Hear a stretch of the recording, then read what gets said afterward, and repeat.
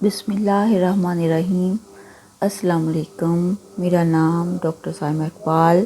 میں آپ سب کو اپنے یوٹیوب چینل نئی سوچ وی ڈاکٹر سائمہ پر خوش آمدید کہتی ہوں۔ آج ہمارے لیکچر کا عنوان ہے افسانے کا فن۔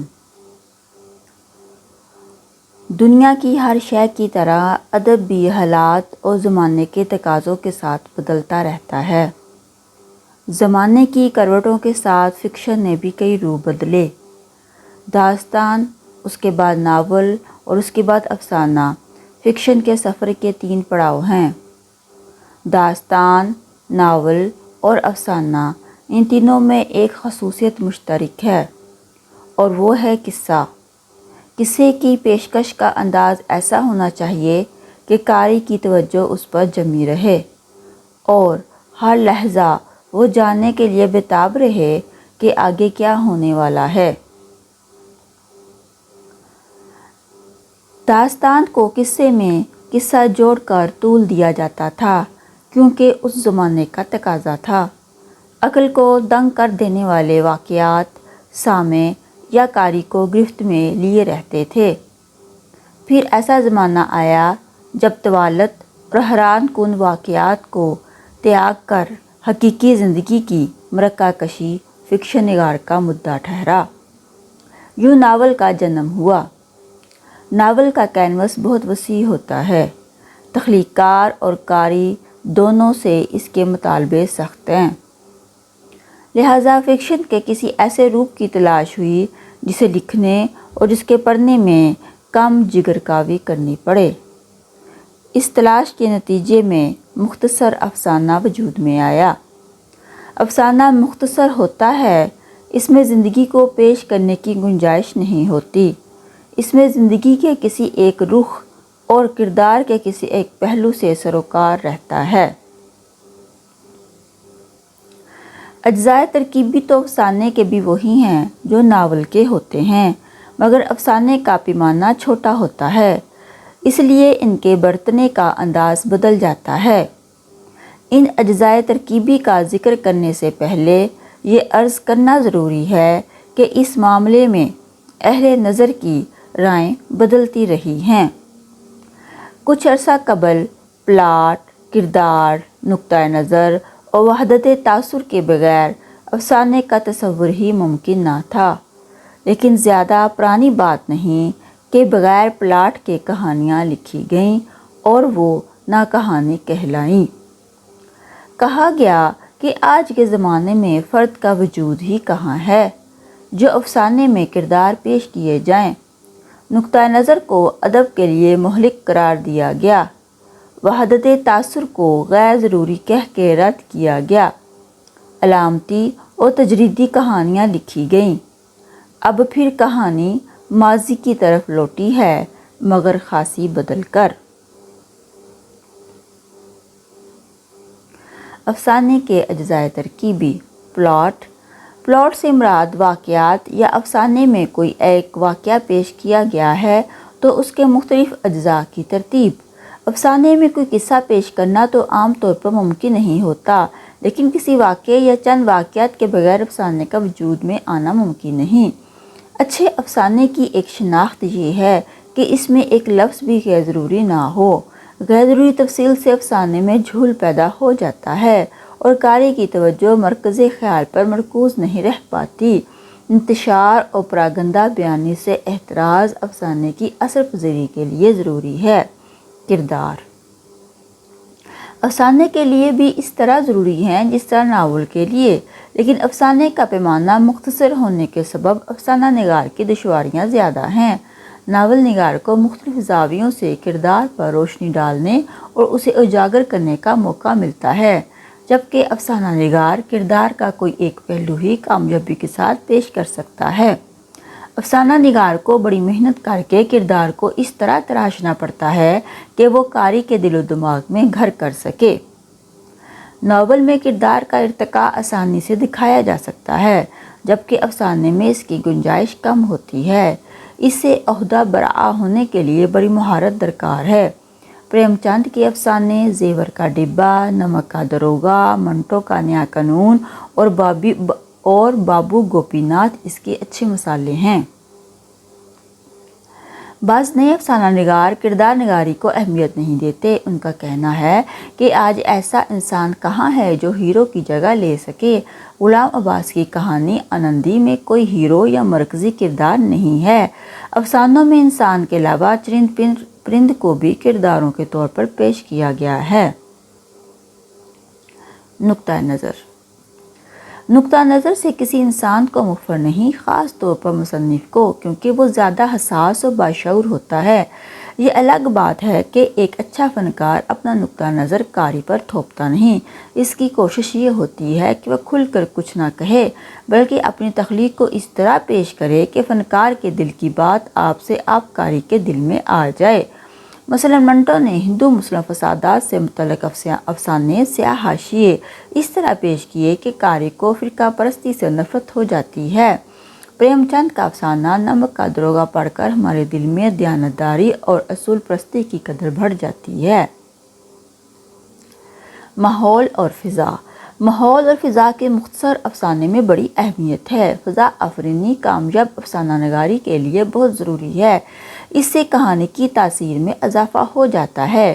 کرشن چندر نے اس تکنیک سے اپنے افسانوں میں بہت کام لیا ہے۔ فضا آفرینی سے یہ مراد ہے کہ افسانہ نگار ماحول کی ایسی تصویر کھینچے کہ قاری کے دل پر وہ کیفیت طاری ہو جائے جو وہ پیدا کرنا چاہتا ہے۔ افسانے کا موضوع غریبی ہے تو غربت اور غریبوں کے رہن سہن کی ایسی تصویر کھینچی جائے کہ قاری کو غریبوں سے ہمدردی ہو جائے۔ جن افسانہ نگاروں نے ماحول کی تصویر کشی اور فضا آفرینی پر زیادہ توجہ کی وہ زیادہ کامیاب افسانے پیش کر سکے۔ اسلوب افسانے کا ایسا حصہ ہے جس سے الگ نہیں کیا جا سکتا۔ مختصر افسانے کا فن غزل کے فن سے بہت ملتا جلتا ہے۔ بے مصرف ایک لفظ کی بھی یہاں گنجائش نہیں۔ یہ کفایت لفظی کا فن ہے، یعنی کم سے کم لفظوں میں زیادہ سے زیادہ بات کہہ جانے کا ہنر ہے۔ کیا لکھنا چاہیے سے زیادہ افسانہ نگار کے لیے یہ جاننا ضروری ہے کہ کیا نہیں لکھنا چاہیے۔ مطلب یہ کہ ہر غیر ضروری لفظ اور ہر غیر ضروری فکرے کو قلم زد کر دیا جانا چاہیے۔ جو لفظ یا جو فکرہ افسانے کے آگے بڑھنے میں مددگار نہ ہو وہ غیر ضروری ہے۔ افسانے کا اسلوب موضوع کے مطابق ہونا چاہیے۔ کہا جاتا ہے کہ افسانے کی زبان کو سادہ اور رواں ہونا چاہیے، مگر سادگی کے ساتھ دلکشی بھی ضروری ہے۔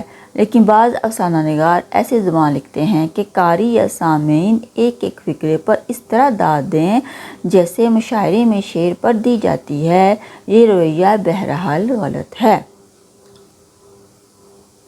آغاز و اختتام پر بھی افسانے کی کامیابی اور ناکامی کا مدار ہے۔ افسانے کا آغاز اس طرح ہونا چاہیے کہ قاری فوراً اس طرف متوجہ ہو جائے۔ اب یہ افسانہ نگار کا ہنر ہے کہ اس توجہ کو افسانے سے ہٹنے نہ دے۔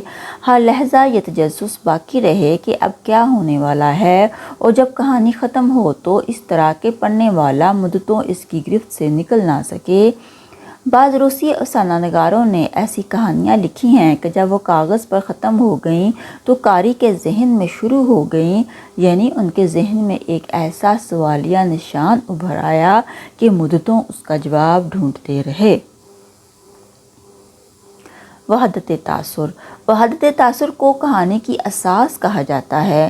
پہلے اس کی شدید مخالفت کی گئی اور کہا گیا کہ اصل زندگی میں انتشار اور بکھراؤ کی کیفیت ہے تو یہ کیسے ممکن ہے کہ افسانے میں یہ کیفیت نہ پائی جائے۔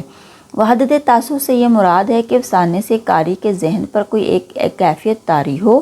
یہ نہ ہو کہ ابھی خوشی کی کیفیت ہے، ذرا دیر میں ساری فضا سوگوار ہو گئی۔ کسی زمانے میں وحدت تاثر کو افسانے کے لیے سب سے زیادہ ضروری قرار دیا جاتا تھا۔